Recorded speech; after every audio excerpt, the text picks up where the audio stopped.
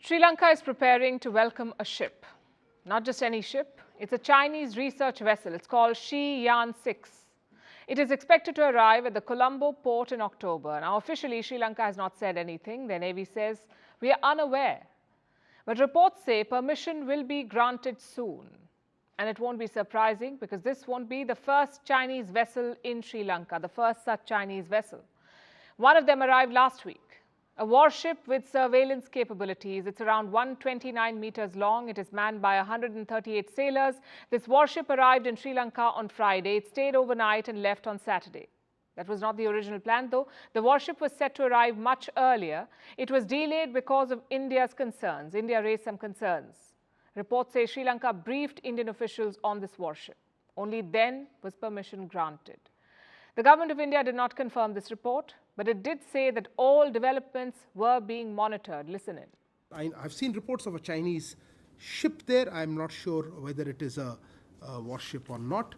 I will only say that having seen these reports, I would emphasize the government carefully monitors any development having a bearing on India's security interests and takes all necessary measures to defend them. Now, there is talk of a second voyage. The Shi-Yan-6 is based in Guangzhou. It is currently in the South China Sea. It is sailing towards Sri Lanka. Reports say it will arrive by late October. It will stay on in Colombo until the next month. So the voyages are becoming more brazen. There was a similar one last year. China's Yuan Wong 5 vessel docked in Hambantota in Sri Lanka. India had objected, but Sri Lanka went ahead.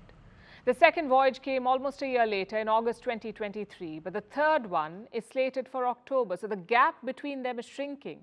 Why is India concerned about this? Because of two reasons. Number one, strategic concerns. India believes these Chinese ships will snoop on military assets, and knowing China, it's certainly possible. They keep sending so-called research vessels to Sri Lanka, but all of them have dual functions. Yes, they can conduct research, but if need be, they can also snoop.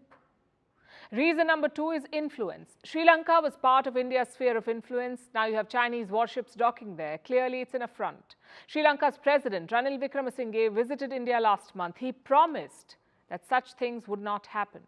He said Sri Lanka will not become a base to threaten India. His envoy to New Delhi went a step further. He said India's security, Sri Lanka's security. Great words.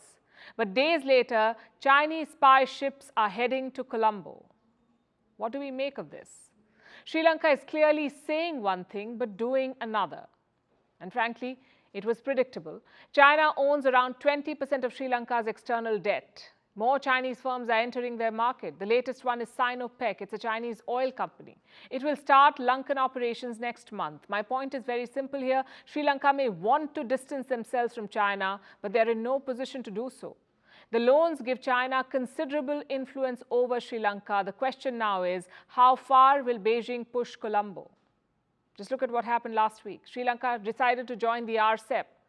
It stands for Regional Comprehensive Economic Partnership, RCEP. It's a trade bloc dominated by China. More importantly, India is not a member of this bloc. We exited the talks in 2019, so financially, China is pushing Sri Lanka a lot. Same story with the military. More and more Chinese warships are sailing to Lankan ports, which makes you wonder what is going to happen next. Could there be a military base in Sri Lanka? A Chinese military base in Sri Lanka? A new report says it's very much possible. In fact, Hambantota is among China's top options for a naval base. They've already invested close to $2 billion there, plus they virtually own it. The Hambantota port was handed over to China on a 99-year lease. India will be hoping that things won't get to that. Trade and investments are one thing, but hosting spy vessels is a red line. India has let it slide twice. But for how much longer? That's a question both Sri Lanka and India will be thinking about.